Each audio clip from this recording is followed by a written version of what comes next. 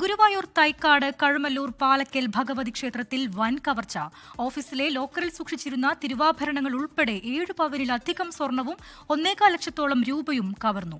തൃശൂരിൽ നിന്ന് ശ്രീകുമാരനുണ്ട് വിശദാംശങ്ങളുമായി. ശ്രീജിത്ത്, തിരുവാഭരണങ്ങൾ ഉൾപ്പെടെയാണല്ലോ ഇപ്പോൾ മോഷണം പോയിരിക്കുന്നത്.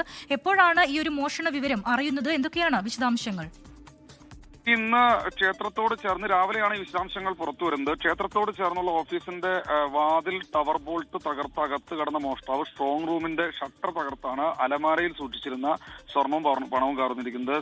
ക്ഷേത്രത്തിന്റെ പടിഞ്ഞാറ് ഭാഗത്തെ മതിൽ ചാടിക്കടന്ന് മോഷ്ടാവ് എത്തിയതിന്റെ ുണ്ട്. എന്തായാലും വലിയ മോഷണമാണ് നടന്നിരിക്കുന്നത്. ഏതാണ്ട് 1.5 ലക്ഷത്തോളം രൂപ പോയിട്ടുണ്ട്. തിരുവാഭരണം അടക്കം 7 പവനോളം സ്വർണ്ണമാണ് മോഷണം പോയിരിക്കുന്നത്. പ്രദേശത്ത് CCTV-കൾ, ക്ഷേത്രത്തിനകത്ത് CCTV-കൾ ഇല്ല എന്നാണ് മനസ്സിലാക്കുന്നത്. പ്രദേശത്ത് CCTV-കൾ കേന്ദ്രീകരിച്ചുള്ള അന്വേഷണത്തിൽ പോലീസ് പല മേഖലയിലും മോഷ്ടാവിനെ തിരയുന്നുണ്ട്. എന്തായാലും സ്ഥിരം മോഷ്ടാവ് തന്നെയാണ്, ഈ പ്രദേശത്തെക്കുറിച്ച് അറിയുന്ന ആൾ തന്നെയാണ് എന്ന ഒരു നിഗമനത്തിലാണ് പോലീസ് ഉള്ളത്. പ്രതി ഉടൻ വലയിലാകുമെന്നും ഗുരുവായൂർ പോലീസ് അറിയിക്കുന്നുണ്ട്.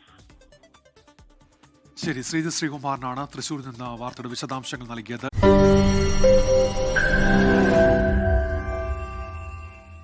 ലോകത്തെവിടെയായാലും ഏത് സമയത്തും 24 വാർത്തകളും ഓഗ്മെന്റഡ് റിയാലിറ്റി പാക്കേജുകളും എക്സ്പ്ലെയിനറുകളും വിശദമായി കാണാൻ ഞങ്ങളുടെ YouTube ചാനൽ നിങ്ങൾക്ക് സബ്സ്ക്രൈബ് ചെയ്യാം.